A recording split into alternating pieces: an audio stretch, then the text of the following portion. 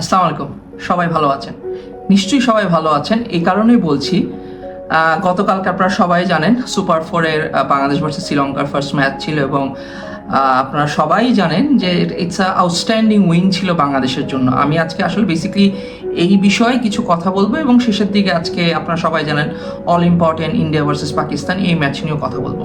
তো গতকালকের ম্যাচটা নিয়ে ফার্স্টে কথা বলি, সেটা হচ্ছে আমি কিন্তু আমার ভিডিওতে গত কয়েকদিনের ভিডিওতে আমি একটা কথাই বলছিলাম যে বাংলাদেশ কিন্তু খারাপ ক্রিকেট খেলছে না, হয়তোবা তারা ছোট টিমের সাথে উইন করতেছে, বাট আপনি যদি ওভারঅল দেখেন একদম প্রিপারেশন থেকে শুরু করে ফ্রম শ্রীলঙ্কা দেন ঘরের মাঠে নেদারল্যান্ডস এবং পাকিস্তানের সাথে সিরিজ উইন, সো ওইখান থেকে চিন্তা করে যখন তারা এশিয়া কাপে আসলো, এশিয়া কাপে এসে হংকংয়ের সাথে প্রথম ম্যাচটাও যখন ওরা ভালো ব্যাটিং করে জিতলো, সো ওভারঅল কিন্তু আমি যা দেখেছি যে বাংলাদেশ কিন্তু খারাপ প্রিপারেশন ছিল না এবং বাংলাদেশের কিন্তু প্লেয়াররা সবাই কনফিডেন্স ছিল যে তারা ভালো করবে।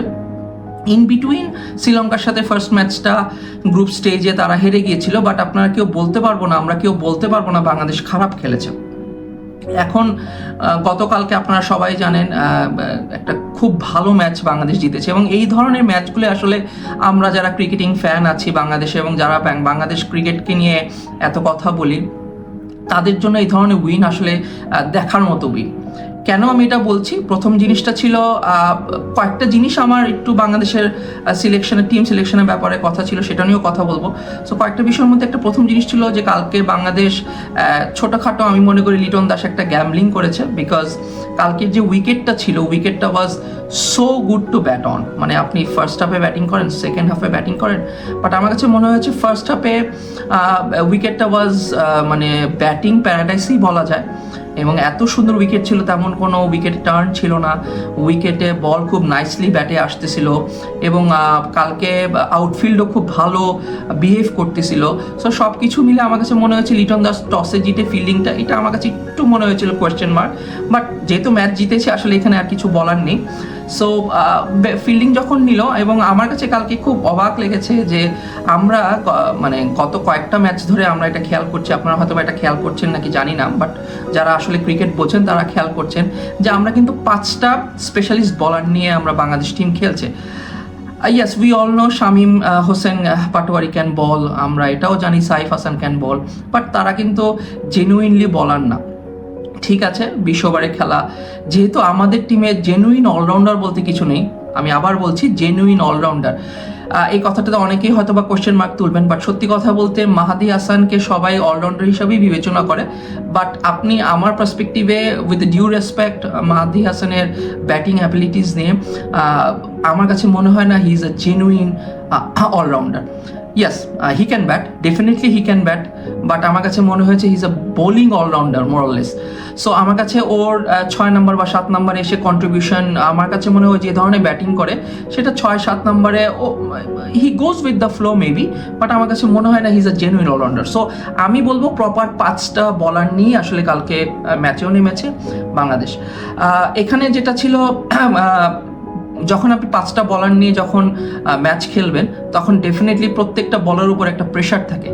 প্রেশারটা কি থাকে, তারা যদি 1জন বা 2জন বলার খুব খারাপ বলিং করে ফেলে তখন যে কোনো টিমের ক্যাপ্টেনের জন্য এটা ইটস আ প্রেশার হয়ে যায় যে বাকি ওভারগুলা মানে কভার করা বলার দিয়ে বা পার্ট টাইম বলার দিয়ে কভার করা। বাট ওভারঅল এখন পর্যন্ত যদি আমাকে বলেন লিটন দাসের সেই রকম প্রবলেম ফেস করতে হয়নি, বিকজ আপফ্রন্ট সবাই ভালো বল করছে। গতকালকে শরীফুল ওয়াজ আ বিট এক্সপেন্সিভ। আমার কাছে এখনও এই একটা জায়গায় আমার একটু কথা বলা আছে যে আই স্টিল ফিল শরীফুলের জায়গায় maybe Tanjib Sakib would be a very good choice, because Tanjib সাকিবকে কিন্তু আমরা ব্যাটিংটাও পেয়ে থাকি। সো যদি আপফ্রন্টে আমরা ব্যাটিং করতে না পারি, যদি কলাপস হয়ে যায় আর্লি, তাহলে তানজিব সাকিব কিন্তু 6-7-এ ব্যাটিং করতে পারে লাইক মাহাদি হাসান। সো আমি বলবো না বাংলাদেশ টিমে প্রপার কোনো অলরাউন্ডার আছে, আমি তানজিব সাকিবকে অলরাউন্ডার হিসেবেই কাউন্ট করছি, মাহাদি হাসানকেও যেরকম অলরাউন্ডার হিসেবে কাউন্ট করছে, বলার অলরাউন্ডার আর কি। সো সেই হিসাবে আমার কাছে মনে হয় যে শরীফুলের জায়গায় আমার মনে হয় যে তানজিব সাকিবকে আসলে চান্স দেওয়াটা আমার কাছে মনে হয় it's a good choice. So Shariful ছিল এক্সপেন্সিভ, মাঝখানে মিডল ওভার্সে সত্যি কথা বলতে যখন মুস্তাফিজ বল করতে আসলো, মুস্তাফিজ আমার কাছে মনে হচ্ছে এখন এশিয়া কাপে বাংলাদেশের হয়ে সব থেকে ভাইটাল, এবং বলে না যে কিছু প্লেয়ার থাকে ওয়ার্ল্ড ক্রিকেটে যারা আসলে ওরকমভাবে রেকগনাইজ হয় না কিন্তু টিমের জন্য অনেক বড় অবদান রাখে উইনিংয়ের ক্ষেত্রে। আমাদের দেশে যদি বলে থাকি সেটা হচ্ছে মুস্তাফিজুর রহমান। কেন আমি বলছি, যখন মুস্তাফিজুর রহমান তো ডেফিনেটলি ও প্রচুর তার টি20 এক্সপিরিয়েন্স আছে, আইপিএল থেকে শুরু করে যতগুলো বড় বড় ফ্র্যাঞ্চাইজি লিগ হয় ওয়ার্ল্ডে সবগুলোতেও খেলেছে এবং বাংলাদেশ টিমকে অনেকদিন ধরে সার্ভিস দিচ্ছে, এবং এই ধরনের ফরম্যাটে এই ধরনের কন্ডিশনে আসলে Mustafizur Rahman is a very good বলার। ওর অনেকগুলো ভ্যারাইটি আছে পেস বোলিং এর সাথে, সো এগুলোকেও কাজে লাগে এবং আলটিমেটলি এখন পর্যন্ত এশিয়া কাপে আমার কাছে মনে হচ্ছে সব থেকে সাকসেসফুল বলার হচ্ছে মুস্তাফিজুর রহমান। সে টাইমলি উইকেট নিচ্ছে, সে টাইমলি আবার ব্যাটসম্যানদেরকে স্লো ডাউন করতে পারছে, so he has all the weapons. Definitely আমি কালকে বলবো শ্রীলঙ্কান টিম থেকে ফার্স্টে 2 জন ব্যাটসম্যান ছাড়া মাঝখানে কিন্তু রান হয়নি, এবং আমরা সত্যি কথা বলতে আমরা কিন্তু উইকেট মোরালেস সবসময় নিচ্ছিলাম, যার জন্য কিন্তু বড় কোনো একটা পার্টনারশিপ শ্রীলঙ্কা দ্বারা করাতে পারেনি। যে উইকেটে তারা ব্যাটিং করছিল সেই হিসাবে কিন্তু রানটা কালকে 168 was not that a big score. আমি মনে করি মুস্তাফিজুর রহমান এবং তাসকিন আহমেদ লাস্টের দিকে ডেথ ওভার্সে 16 থেকে 20 নম্বর পর্যন্ত ওভার যে কজন বলার বল করেছে আমার কাছে মনে হচ্ছে তারা এত ভালো বল করেছে যে এই রানটাকে 180 বা 90 হতে দেয়নি। এটা বাংলাদেশের জন্য একটা বড় প্লাস পয়েন্ট ছিল, যেটা লিটন দাসও কিন্তু প্রেজেন্টেশনে বলেছে যে লাস্টের দিকে মুস্তাফিজ এবং তাসকিন কিন্তু অনেক ভালো তাদেরকে সাপোর্ট দিয়েছে। সো এই জায়গাটা আমি বলবো বাংলাদেশ ওয়াজ পিন পয়েন্ট। কালকে লিটন দাসের জন্য বলাররা তাকে সাপোর্ট দিয়েছে, apart from Shoriful was very expensive, then আরও যারা ছিল। শেখ মেহেদী কালকে খুব ভালো বল করেছে শেখ মেহেদী।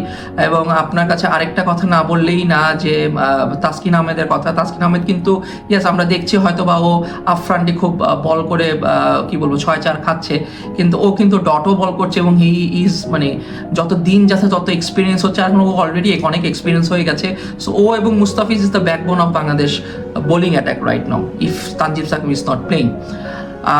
এরপর যখন আমি মনে করি 168 হয়েছে আমার কাছে একটু কোয়েশ্চেন মার্ক লেগেছিল, বিকজ এই উইকেটে সত্যি কথা বলতে 150 is a very challenging score. So Sri Lanka যে খুব বড় স্কোর করতে পেরেছিল তাও না, বিকজ শ্রীলঙ্কা লাস্ট খেলায় যে বলিংটা বাংলাদেশের সাথে করেছিল বা ইভেন আফগানিস্তানের সাথে যে বলিং করেছিল আমার কাছে মনে হচ্ছিল এই স্কোরটা খুব ভালো।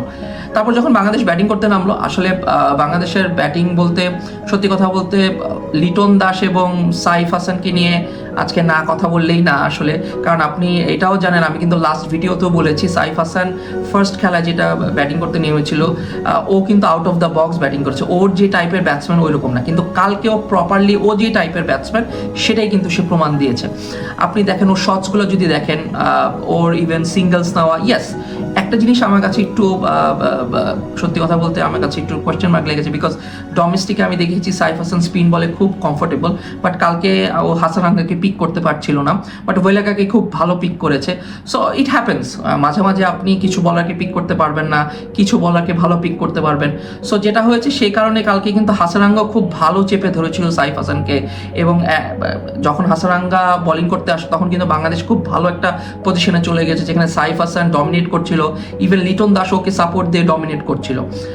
ইয়েস হাসানাঙ্গার ওই লিটন দাসের উইকেটটা ওই মোমেন্টে আমার মনে হয় লিটন দাস ওইটা উইকেটটা গিভ অ্যাওয়ে করেছে। ইয়েস ওই জায়গাটা অন্য মাঠের এই মাঠের তুলনায় ওই জায়গাটা একটু ছোট, হয়তোবা সেটাকে কাভার করতে চেয়েছিল, বাট আমার মনে হয় লিটন দাস যদি আর একটু বড় করতে পারতো ইনিংসটা, বিকজ লিটন দাসও কিন্তু খুব ভালো টাচে আছে লাইক সাইফ হাসান। আমার কাছে মনে হচ্ছে লিটন দাস গত কয়েকটা সিরিজ ধরে খুব ভালো ব্যাটিং করছে টি20তে।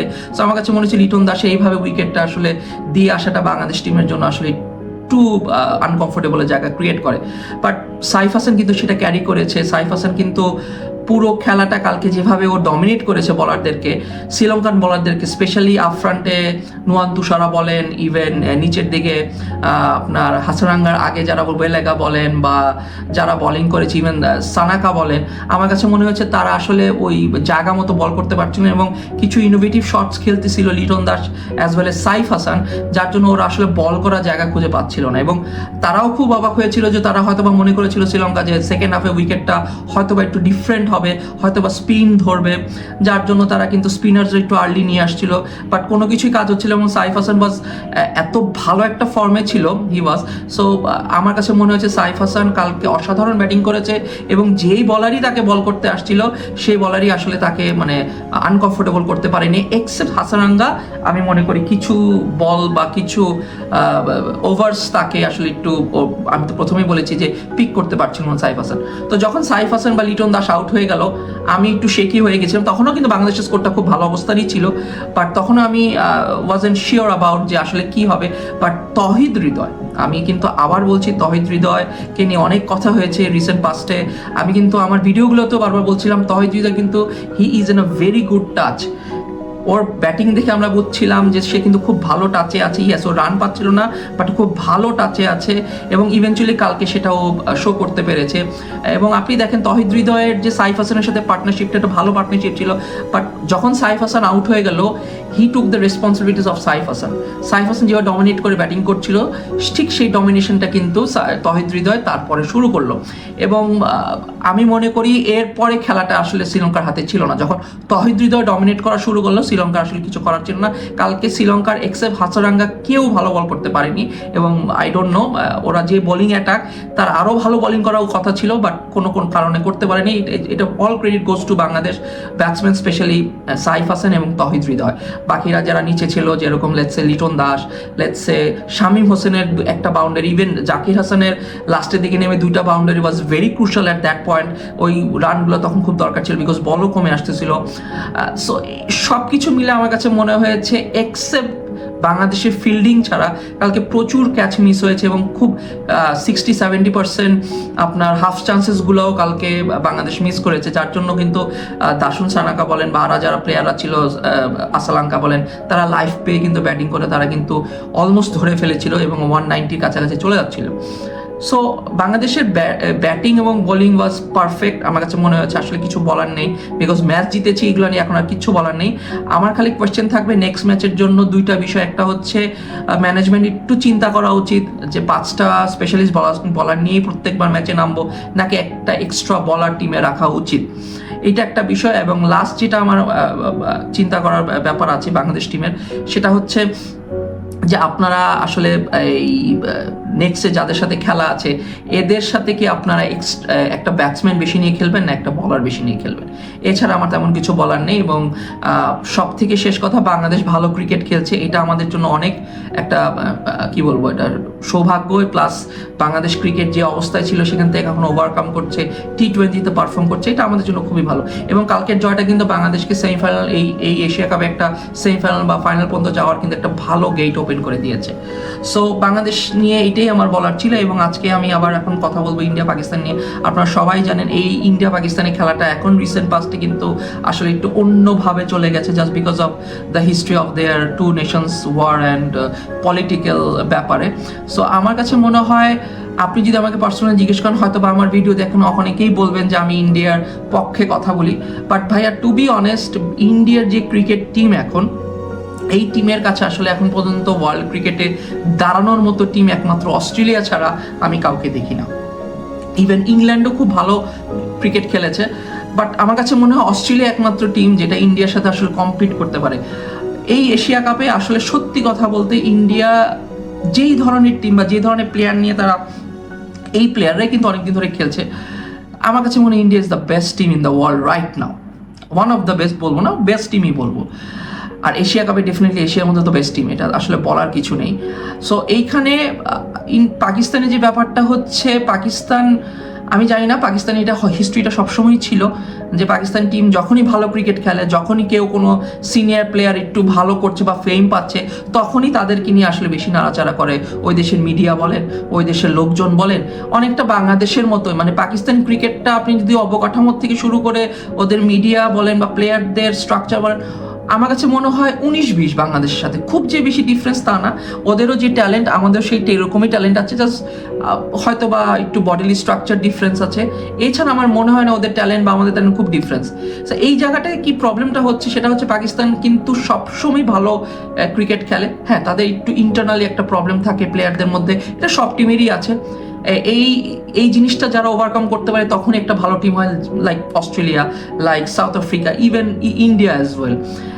ড্রেসিং রুমের environment is very important, rather than আপনি যতই ভালো ক্রিকেট খেলেন মাঠে, আপনি যদি ড্রেসিং রুমে ভালো ড্রেসিং রুম প্লেয়ার না হন, আপনি কিন্তু আপনাকে সেরকম রেসপেক্ট ড্রেসিং রুমে দেবে না, যেটা পাকিস্তান ক্রিকেট টিমে এখন প্রবলেম হচ্ছে। আমরা সবাই জানি বাবর আজম, রিজওয়ান এবং হ্যারিস এ ধরনের মতো প্লেয়াররা টিমে নেই, কিন্তু সব থেকে কষ্টদায়ক ব্যাপার হচ্ছে এই পাকিস্তান টিমটা কিন্তু রিসেন্টলিও খুব ভালো ক্রিকেট খেলেছে, বাট তারা এখন আসলে অনেকটা কি বলবো, মানে বাংলা কথা যেটা বলে খেল হারায় ফেলছে। আমার কাছে মনে হচ্ছে পাকিস্তান ক্রিকেট কিন্তু ভালো ক্রিকেট খেলছে না এখন। আজকের খেলা সত্যি কথা বলতে লাস্টবারও ইন্ডিয়ার সাথে যখন পাকিস্তান খেললো, ইন্ডিয়ার সাথে সামনে আসলে দাঁড়াতে পারেনি পাকিস্তান। আমি এক্সপেক্ট করবো আজকে অ্যাটলিস্ট কোনো ফাইট ইন্ডিয়াকে দিক। অবশ্যই ইন্ডিয়ান টিম যে ব্যালেন্স টিম সেটাকে আসলে দেওয়াটা খুব ডিফিকাল্ট, বাট আমি মনে করি Pakistan has the ability to beat India. এটা আমার কাছে মনে হয়, rather than Sri Lanka, Pakistan has the ability to beat India. সেটা স্ট্র্যাটেজিক্যালি হোক, মেন্টালি হোক, আর আপনার খেলার যোগ্যতা দিয়েই হোক। আমার মনে হয় যে যদি পাকিস্তান চায়, পাকিস্তান কিন্তু ভালো ক্রিকেট খেলতে পারে। মানে এইটা একদম ওপেনলি বলা যে পাকিস্তান যদি চায়, পাকিস্তান কিন্তু ভালো ক্রিকেট খেলতে পারে, জাস্ট খালি ওদের ভিতরে ইউনিটিটা কম। সো আজকের খেলা নিয়ে আসলে তেমন কিছু বলার নেই, আমরা সবাই দেখবো আজকে খেলা কি আসে। তবে এটা ঠিক, পাকিস্তানকে ভালো ক্রিকেট খেলতে হবে যদি এশিয়া কাপে টিকে থাকতে চায়। আজকের ম্যাচটা খুব ইম্পর্টেন্ট, বিকজ এর পরে ম্যাচ হচ্ছে বাংলাদেশের সাথে আছে, শ্রীলঙ্কার সাথে আছে, এবং যে ধরনের টিম আসলে পাকিস্তান, এই দুইটা টিমের সাথেই যে পারফরমেন্স এখন শ্রীলঙ্কা এবং বাংলাদেশ দেখিয়েছে, এই দুইটা টিমের সাথেও কিন্তু তারা অনেকখানি পিছিয়ে আছে অ্যাপার্ট ফ্রম পারফরমেন্স। সো এটাই বলার থাকলো, আপনারা সবাই আমার ভিডিও দেখবেন এবং সবাইকে অনুরোধ করবো বাংলাদেশ টিমকে বেশি বেশি সাপোর্ট করা। সবাই ভালো থাকবেন, আসসালামু আলাইকুম।